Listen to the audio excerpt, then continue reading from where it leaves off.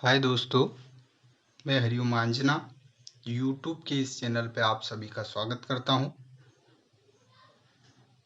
आज हम लाभ हानि का अगला पार्ट देखेंगे। इसके अंतर्गत हमने प्रश्न कुछ कर लिए थे और उसके पहले मैं आपको एक बात बताना चाहता हूं कि यदि आपने मेरा सेशन या मेरा चैनल सब्सक्राइब नहीं किया है तो सब्सक्राइब कर ले और शेयर इंस्टाग्राम, फेसबुक या फिर व्हाट्सएप ग्रुप पर शेयर जरूर करें। तो आइए आज का हम पहला क्वेश्चन देखते हैं। दो वस्तुएं एक ही विक्रय मूल्य पर बेची गई। पहली वस्तु पर 20% का लाभ दूसरी वस्तु पर 25% के लाभ में बेचा गया। इसमें कुल लाभ 2200 रुपये है, तो उनका विक्रय मूल्य ज्ञात कीजिए। अब एक बात हमेशा हमें ध्यान रखनी है, कल भी हमने देखा था दो वस्तुएं एक ही विक्रय मूल्य पर बेची, मतलब विक्रय मूल्य समान है। क्वेश्चन से हमें मालूम पड़ रहा है कि हमारा विक्रय मूल्य समान है। तो आइए हम देखते हैं। 20% का फ्रैक्शन वैल्यू होता है 1/5, यानी कि 5 की वस्तु को 20% की फ्रैक्शन वैल्यू होती है 1/5 और 25% की फ्रैक्शन वैल्यू होती है 1/4। अब हम देखते हैं 5 पे 1 का लाभ, यानी कि 5 की वस्तु 6 में बेची गई है, ये CP, ये SP। दूसरा हम देखते हैं कि दूसरी वस्तु, ये पहली वस्तु फर्स्ट वस्तु है, ये सेकंड वस्तु है। दूसरी वस्तु को 25% के लाभ पर बेचा गया है, यानी कि 1/4, 4 पे 1 की वृद्धि। नीचे वाला मैंने बताया था क्रय मूल्य होता है। जब तक यहाँ नहीं बोला जाए कि विक्रय मूल्य पर लाभ, ऐसा भी हम क्वेश्चन देखेंगे आगे, उसके पहले ये भी देख लेंगे। तो नीचे हमेशा क्रय मूल्य होता है, तो क्रय मूल्य CP 4 है, 1 की वृद्धि हुई यानी कि 5 पे गए। क्वेश्चन में बोला गया विक्रय मूल्य समान है, दोनों वस्तुओं का विक्रय मूल्य सेम है। हमें तो अलग दिख रहा है, तो हम इसको सेम कर लेते हैं। इसमें 5 का गुना कर देंगे, इसमें 6 का गुना कर देंगे, तो विक्रय मूल्य समान हो जाएगा, यानी कि 6 पंजे की 30 और 30 ये भी हो जाएगा। दोनों को जोड़ेंगे तो 60 हो जाएगा। इधर गुना करेंगे तो ये हो जाएगा 25 और इसमें 6 का गुना करेंगे तो 6 चुक 24 और 25 और 24 को जोड़ेंगे तो 25 दूनी 50 और 49 आ रहा है। ठीक है। अब बोला गया है कि यदि इसमें कुल लाभ का बोला गया है, तो ये कुल है, तो कुल लाभ कितना है 11 बराबर 2200 रुपये दे गए। तो हमें विक्रय मूल्य ज्ञात करना है। जब तक यहाँ नहीं बोला जाए कि दोनों का विक्रय मूल्य, तब तक इसमें नहीं लगाना है। विक्रय मूल्य बोला है तो इसमें गुना करना है या फिर इसमें कर सकते हैं। ठीक है।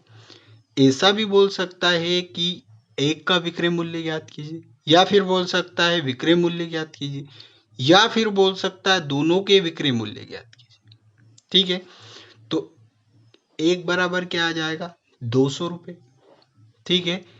तो अब हमें विक्रय मूल्य ज्ञात करना, यानी कि 30 में 200 का गुना कर देंगे, 3 दूनी 6, 6000 हमारा आंसर। प्रश्न में यहां भी दे सकता है कि उसका कुल लाभ की जगह पे उसका क्रय मूल्य, उन दोनों वस्तुओं का क्रय मूल्य, उन दोनों वस्तुओं का क्रय मूल्य, एक का नहीं, दोनों वस्तुओं का क्रय मूल्य 4900 रुपये है, यानी कि 4900 रुपये है। तो 49 बराबर 4900, तो 49 से 49 काटेंगे तो 1 बराबर 100। ठीक है। तो 1 बराबर 100 आएंगे, तो इसमें 30 में 100 का गुना कर देंगे। ठीक है।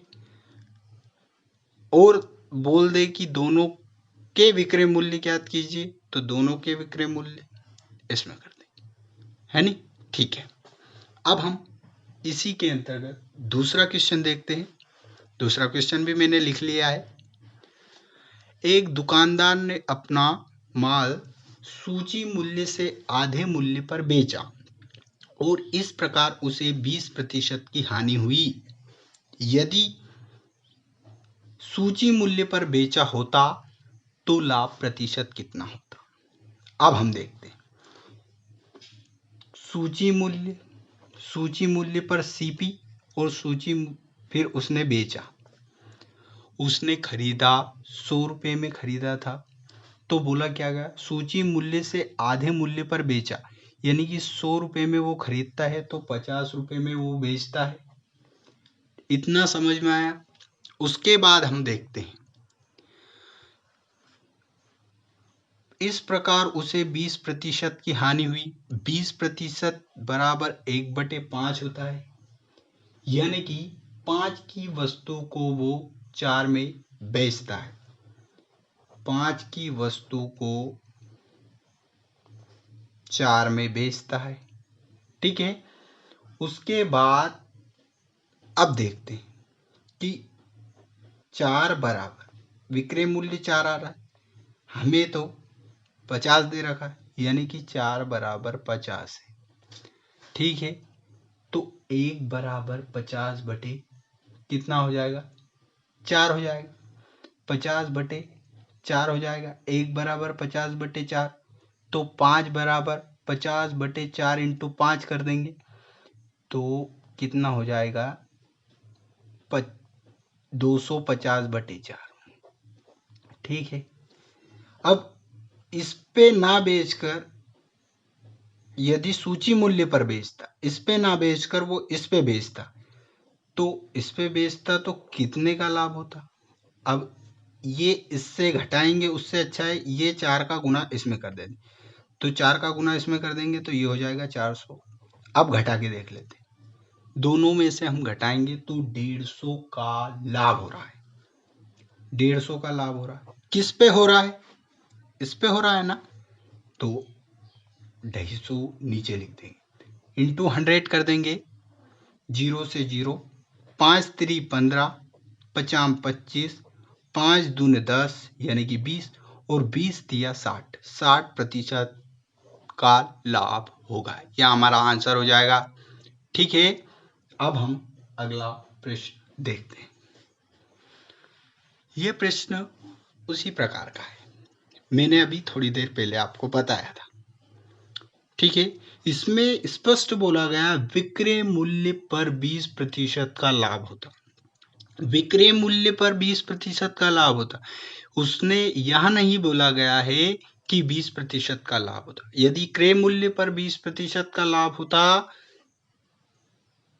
तो 20% क्या होता है? पहले तो ये देखो, 20% होता है 1/5, यानी कि विक्रय मूल्य पर बोला गया है ना, ये जो वस्तु है ये 5 बराबर विक्रय मूल्य है, विक्रय मूल्य है, ठीक है। उसने बोला गया है विक्रय मूल्य पर। यदि क्रय मूल्य पर बोला गया होता तो ये क्रय मूल्य रहता, पर विक्रय मूल्य बोला गया है इसलिए विक्रय मूल्य है। अब ये तो लाभ है, तो हमारा क्रय मूल्य क्या होगा? क्रय मूल्य क्या होगा? क्रय मूल्य हमें पता है कि किसी भी क्रय मूल्य में यदि लाभ होता है तो उसमें क्रय मूल्य में हम जोड़ देते हैं, यानी कि विक्रय मूल्य माइनस लाभ बराबर क्रय मूल्य होता है। क्यों होता है ये हम बता देते हैं आपको कि सीपी प्लस लाभ बराबर क्या होता है? एसपी होता है, ठीक है। तो सीपी प्लस लाभ बराबर एसपी होता है। अब सीपी प्लस लाभ बराबर एसपी होता है ना, अब हमें सीपी ज्ञात करना है, तो सीपी ज्ञात करना है तो सीपी यही रहने दो, लाभ एसपी माइनस लाभ हो जाएगा। तो लाभ क्या है हमारा? 1 है, एसपी में से घटा देंगे तो 4 हमारा क्या हो जाएगा? सीपी। 4 हमारा क्या हो जाएगा? सीपी। अब वास्तविक लाभ ज्ञात करना, तो वास्तविक लाभ हम क्या किस पे ज्ञात करते हैं? सीपी पे ज्ञात करते हैं, तो सीपी हम नीचे लेंगे, कितने का लाभ हो रहा है, ये लाभ है, 1 का लाभ हो रहा है। या फिर देख सकते हैं 4 से 1 का लाभ हो रहा है 5 पे इंटू 100, 25% का लाभ, ये हमारा आंसर हो जाएगा। दूसरा क्वेश्चन हम देखते हैं। दूसरा क्वेश्चन देखते हैं। 3 रुपए में 7 संतरे की दर से संतरे खरीदे गए। 3 रुपए में 7 संतरे की दर से संतरे खरीदे गए। 33% लाभ कमाने के लिए प्रति सैकड़ा उसे किस दर से बेचना होगा।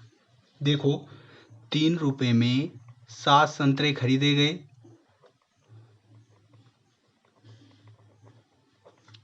ये सीपी, ये खरीदे गए 3 रुपए में 7 संतरे। तो एक संतरा कितने रुपए में खरीदा गया, यानी कि एक संतरा, ये 7 नीचे चले जाएगा, यानी कि एक संतरा 3/7 रुपए में खरीदा गया। अब हमें क्या बोला गया, 33% का लाभ कमाना है। तो 33% का लाभ कमाना है, यानी कि 133/100। ठीक है, ठीक है। अब हमें इसको यदि हम काटते हैं तो क्या आएगा, 7 एकम 7 और 7 नमकी 63 और 19 दूना 38, 19 या 57, यानी कि 0.057 ये आ जाएगा। ये एक संतरा इतने रुपए का आ जाएगा। अब हमें प्रति सैकड़ा यानी कि 100 संतरे कितने की दर से बेचने पड़ेंगे।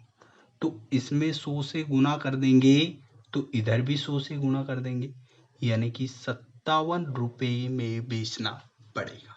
तो हमें 133 रुपए का लाभ होगा। आसानी से हल हो गया। ठीक है, अब हम अगला क्वेश्चन इसी तरह का देखेंगे। 1 रुपए में 6 वस्तुओं को बेचा जाता है।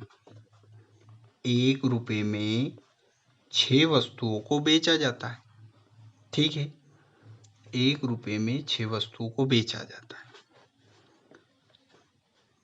तो उसे 20% की हानि होती है और 20% का लाभ कमाने के लिए 1 रुपए में कितनी वस्तुएं बेचनी पड़ेगी। अब देखो, ये शुरू में तो हमें हानि दे रखी है, बाद में हमें क्या कमाना है, लाभ कमाना है। तो अच्छा, ये जजमेंट लगाओ, ये सोचो कि जब लाभ होगा तो वस्तुओं को क्या हम कम देंगे या ज्यादा देंगे। मान लो 4 पेन है मेरे पास, कितनी, 4 पेन है, मैं 5 रुपए में लेके आया। अब मुझे लाभ कमाना है तो मैं 5 तो रुपए अब भी रहेंगे क्योंकि 1 रुपए लिखा है। तो 5 रुपए में अब मैं कितनी वस्तु बेचूंगा कि मुझे लाभ होगा, यानी कि 6 वस्तु से ज्यादा तो मैं नहीं दे सकता हूं। यानी कि 5 यदि मेरे पास पेन है या 6 पेन, मान लो यदि मेरे पास 6 पेन है, ठीक है, 1 रुपए में मैं 6 पेन लेके आया। अब मेरे को फायदा कमाना है तो 1 रुपए तो लूंगा मैं सामने वाले, पर मेरे को फायदा कब होगा, जब मैं पेन कम दूंगा उसे। यानी कि मैं 1 रुपए में या तो 5 पेन दे दूं तो मुझे 1 पेन का फायदा हो जाएगा, या फिर मैं 2 पेन कम दे दूं। यानी कि कुल मिला के मुझे फायदा करना है तो पेनों को कम देना पड़ेगा। अब कम देना पड़ेगा तो ये हम सोचेंगे तो हम इसको आसानी से हल कर सकते हैं। देखो 20% की हानि, यानी कि 20, 100 में से 20 कम कर देंगे 80, और 100 में 20% का लाभ तो 120। समझाने के लिए ये तो लिख दिया मैंने, पर मेन चीज यहीं पे आके अटकती है कि ऊपर 80 ही क्यों लिखा, नीचे 120 क्यों लिखा। तो यहां पे हमें सोचना पड़ेगा कि जब आंसर में हमें नीचे बड़ी चीज आएगी तो ये कट के ये और छोटी होगी, ठीक है। यानी कि जब मुझे लाभ कमाना रहेगा तो मुझे वस्तुओं को कम देना पड़ेगा, तो कम देना पड़ेगा तो कम वाली चीज ऊपर लिख दी और ज्यादा वाली चीज नीचे लिख दी, ठीक है। यदि हानि होती तो ज्यादा वाली चीज ऊपर लिख देते और कम वाली चीज नीचे लिख देते। पर मुझे लाभ कमाना है, लाभ तो कमाना है, वस्तु मुझे कम देना है, तो कम देना है तो यहां पे कम वाली चीज लिख दिया। यदि मुझे हानि होती तो मुझे वस्तु ज्यादा देनी पड़ती, यानी कि 1 रुपए में मुझे 7 वस्तु भी देनी पड़ जाती, तो 7 वस्तु देता तो भैया मुझे घाटा हो रहा है, तो घाटा हो रहा है, ज्यादा दे रहा हूं तो ऊपर ज्यादा आ जाता, ठीक है। क्लियर हो गया। तो इससे हम आसानी से हल कर सकते हैं। 0 से 0, 4 दूनी 8 और 4 ती 12, 3 दूनी 6 और 2 दूनी 4, 4 वस्तु को बेचेंगे। 1 रुपए में 4 वस्तु को बेचेंगे तो हमें 20 रुपए का 20% का लाभ हो जाए। या तो इसको हम ऐसे हल कर सकते हैं या फिर आइए हम कैसे हल करते हैं। एक और ट्रिक देखते हैं। बोला गया है, क्या बोला गया है? 20% की हानि, यानी कि सीपी एसपी 5 की वस्तु को 4 में बेचा है। 20% का लाभ कमाना है, यानी कि 5 की वस्तु को 6 में बेचना पड़ेगा, ठीक है। अब प्रश्न में बोला गया है 1 रुपए में 6 वस्तु को बेचा जाता है। हमें तो 4 दे रखा है, यहाँ 1 है, यानी कि इसमें 4 से गुना कर देंगे तो यहाँ भी 4 से गुना हो जाएगा, ये 24 हो जाएगा। यानी कि 4 बराबर 24 वस्तु इतनी ही है। हमें लाभ कमाना है तो 6 से इसमें 24 का भाग दे देंगे तो 6 चुक 24, इससे भी हमारा आंसर आ जाएगा, ठीक है। ये हमारा आंसर हो गया। अब हम अगला क्वेश्चन देखते हैं। 60 रुपए में 12 संतरे को बेचने से, 60 रुपए में 12 संतरे बेचने से एक व्यक्ति को 25% की हानि होती है। 100 रुपए में उसे कितने संतरे बेचने चाहिए कि 25% का लाभ हो? अभी मैंने बताया था, लाभ कमाना है तो मुझे वस्तु कम देनी पड़ेगी। लाभ कमाना है तो मुझे वस्तु या संतरे, ये तो वस्तु के अंतर्गत, वस्तु मुझे कम देनी पड़ेगी, तो कम वाली ऊपर आएगी और ज्यादा वाली नीचे आएगी।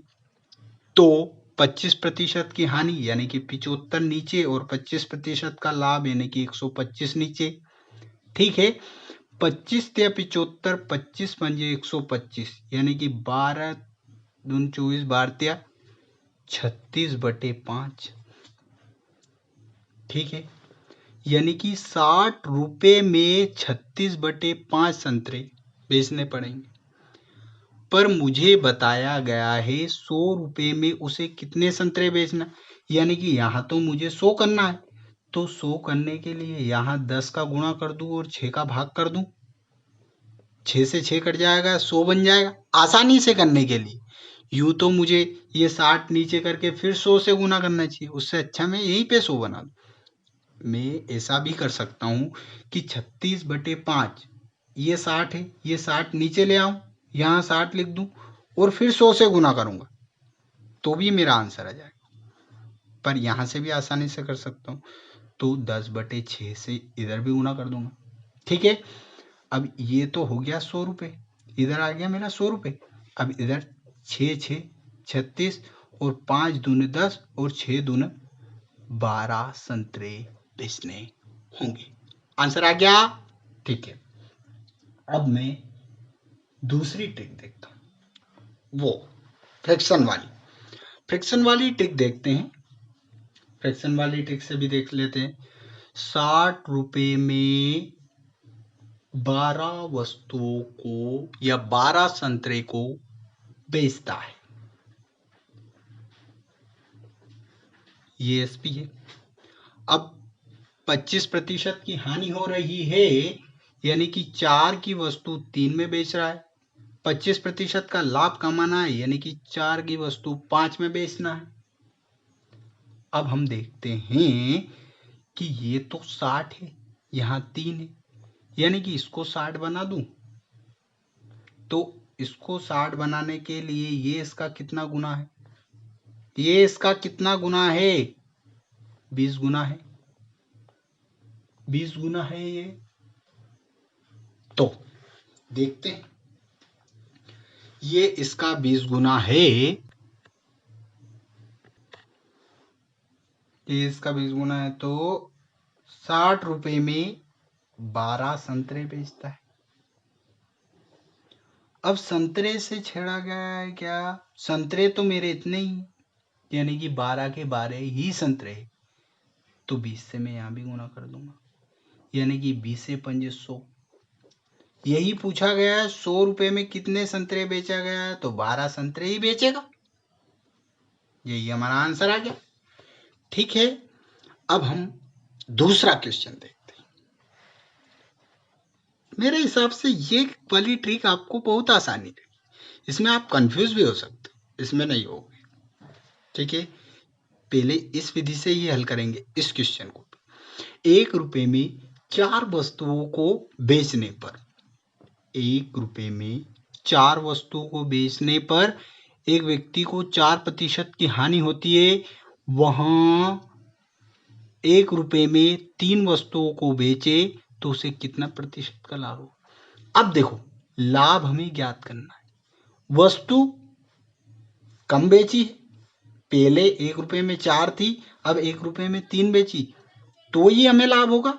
ये तो हम जजमेंट लगा सकते हैं, यानी कि 1 रुपए में अब मैंने 3 दी तो मुझे लाभ हुआ। तो लाभ होता है तब क्या करते हैं, कम होती है, इसलिए यहाँ पे ऊपर जब लाभ होता है तो वस्तुओं को कम देते हैं तो कम वाली संख्या ऊपर आ जाएगी, यानी कि 4%। तो 100 में से 4 गया तो 96, और 100 में जोड़ देते हैं हम, तो 100 प्लस x कर दो, बराबर कितनी वस्तु आ गई? 3 वस्तु। इसको काटते हैं तो वो हमारी वस्तु आ जाती है, तो बराबर पे वस्तु ही लिख दो ना। इसका गुना इधर करेंगे तो ये हो जाएगा 300, और इसका गुना करेंगे तो ये हो जाएगा 384 प्लस 3x भी हो जाएगा। इसका गुना इधर कर देंगे, ये रहेगा, इसमें से इसको घटा देंगे तो 84 आएगा, बराबर 3x आएगा। 3 का इसमें भाग लगा देंगे, यानी कि x बराबर 28 आ जाएगा, यानी कि 28% का लाभ आ जाएगा। x बराबर 28, इसमें जो भी जोड़ते हैं वो हमारा प्रतिशत हो जाता है। 28% हमारा आंसर आ जाएगा। ठीक है, क्लियर है। अब हम इसको भी फ्रैक्शन से देखें, तो आइए फ्रैक्शन से भी देख लेते हैं। 1 रुपए में 4 वस्तु बेचता है। ठीक है, फ्रैक्शन देखते हैं, एसपी सीपी, सीपी और एसपी, यानी कि 4% की हानि, 4% की हानि, यानी कि 1/, क्या होगा, 25 चुके 100, यानी कि 1/25 होगा। फ्रैक्शन में 1/25 होगा, 1/25 होगा, तो 1/25, 25 पे 1 की हानि, यानी कि 24। ठीक है, अब प्रश्न में दिया गया है, यहाँ तो 24, यहाँ तो 1 आ रहा है, तो 24, इसका ये 24 गुना है तो इसमें भी 24 का गुणा कर देंगे, यानी कि 24 चुके 96, यहाँ तो 96 आ गया। अब हम देखते हैं, क्या देखेंगे, 1 रुपए में 3 वस्तु, यहाँ तो 96 आ रहा है, यहाँ 1 रुपए में 3 वस्तु आ रही है। इसको 96 बनाएंगे तो किससे गुणा करेंगे, 3 से इसमें भाग दे दो, 3 एकम 3, 3 दूनी 3 तियानो, 3 दूनी 6, यानी कि 32 से इसमें गुणा करेंगे तो 32 इधर भी आ जाएगा। 32 रुपए में 96 वस्तु हो जाएगी, यानी कि 32 हमारा क्या आ जाएगा, ये आ जाएगा। तो सीपी तो वही रहेगा। कितने का लाभ हो रहा है? 7 का लाभ हो रहा है। किस पे हो रहा है? 25 पे हो रहा है। इंटू 100 कर देंगे। 25 चुक 100, 7 चुक 28 हमारा आंसर आ जाएगा। ठीक है, क्लियर है दोस्तों? आज के लिए इतना ही काफी है दोस्तों, और अगले सेशन हम कर लेंगे। गुड बाय दोस्तों, गुड नाइट, टेक केयर।